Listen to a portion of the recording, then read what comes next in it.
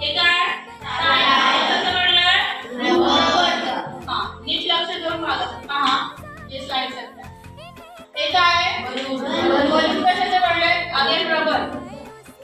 next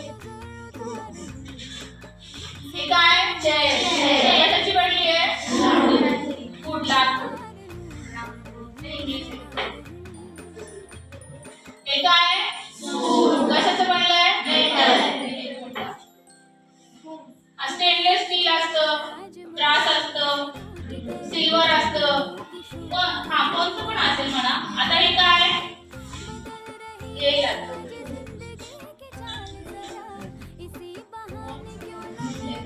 हे दाखवलेलं आहे मेटल्स कसे काढतात हे काय मॉल्ट वगैरे असतं क्ले पॉट अदर बेसन्स वगैरे असतात त्याचे याच्या बनलेले आहेत राईट आता बघूयात आपण जरा बघूयात नॅचरल मटेरियल्स काय त्याच्यामध्ये बघूयात आता हा जो शू होता हा निसर्गात उपलब्ध असतो का नाही तो बनवलाय कशाचा बनवलाय